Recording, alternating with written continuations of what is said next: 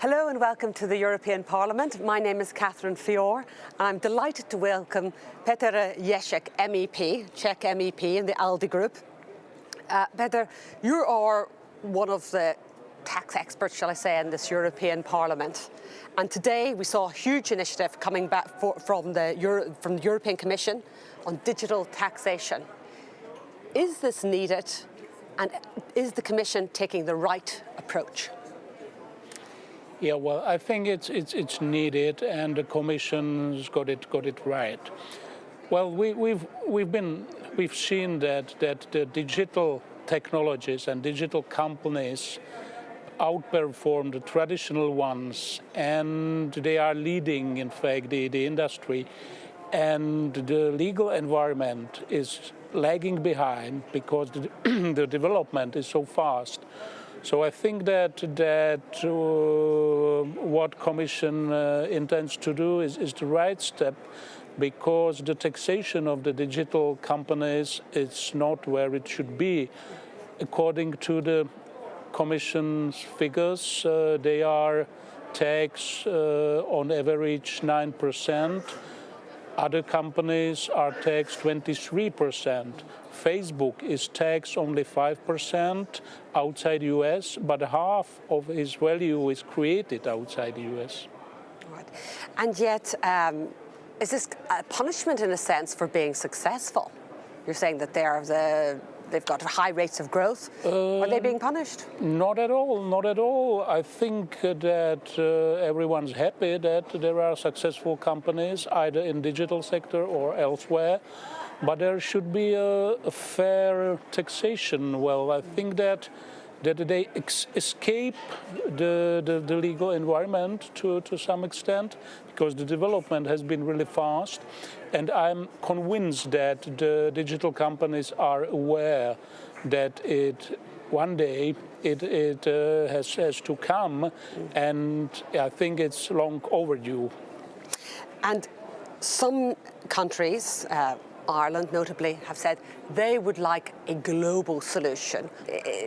Are you concerned that it might put European companies at a disadvantage? Well, I think that obviously the global solution is always the best one, but I'm afraid that someone who advocates the global solution are calling rather for postponement of the solution, because it's not easy at all to reach a global solution. There's been long discussions in OECD, led by the US, which I don't know to which extent wants to achieve the solution fast, but it will not come before 2020. And I think that we must, and it's not sure that it will become. So we must take steps in Europe and take an interim decision and solution, I'm convinced. We're at a very delicate moment in US-EU relations. We've seen tariffs being introduced, possibly. It's not entirely clear whether they will apply to the EU or not. The field of steel and aluminium, people are talking about a trade war. A lot of these companies are going to be American companies. Is this a bad time to introduce this particular proposal when it might be perceived by some, rightly or wrongly, as a tax on American companies? Well, I'm afraid that we've been in a delicate situation with the US since the presidential election, because it's the approach of the US president to trade. I think it's the wrong one. The withdrawal from free trade agreements, now the tariff issue, and I don't think that Europe sees the relationship in that way, and certainly it's not the reason why there's that initiative by the Commission to tax companies. Well, it's true that they are mostly US giants, but one way or the other, it's not retaliation at all. It's been in the pipeline for some time. And I think it also fits into the overall approach of the European Union to the fair taxation. So tomorrow evening in the Council building, your Prime Minister, Prime Ministers of the EU 28 will be discussing this proposal. Do you think they'll be able to take a unified position?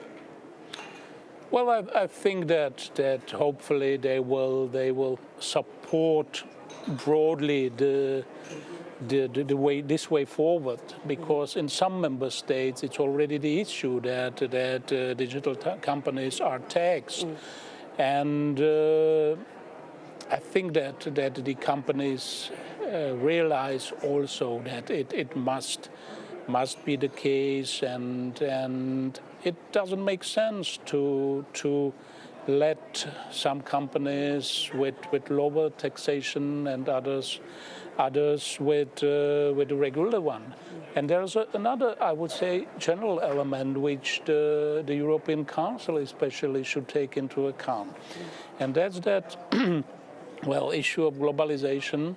And we saw, for example, when there was a presidential election in the US, but as well in the Czech Republic, that the main dividing line between the voters was those who were on the side of new technology, digital one, services, and on the other hand, those who were related to traditional industries, agriculture, and so on. And I think that the main task of the politicians at the moment is to bridge the gap between the two and make the benefit of globalization broader, enlarge it for those who are related still to the losing side of it. In terms of fairer outcomes, you're on Tax 3 committee. You were on the previous Tax 2 committee, which is dealing with avoidance and evasion of taxes, and that's very big question of fairness there, and you were the co-rapporteur in the last committee.